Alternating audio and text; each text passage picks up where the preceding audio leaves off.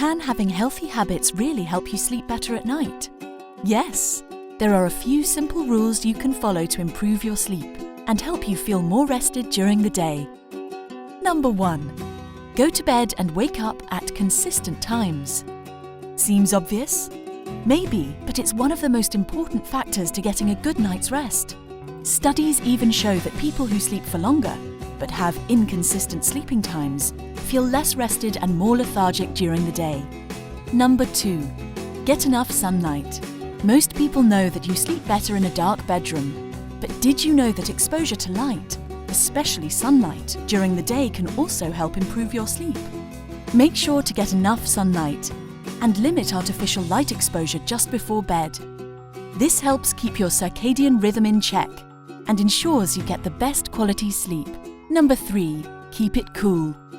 In order for you to get a restful night's sleep, your core body temperature needs to drop below by a few degrees.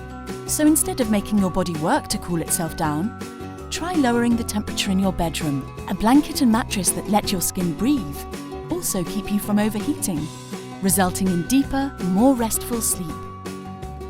Keep these 3 simple tips in mind when you head to bed.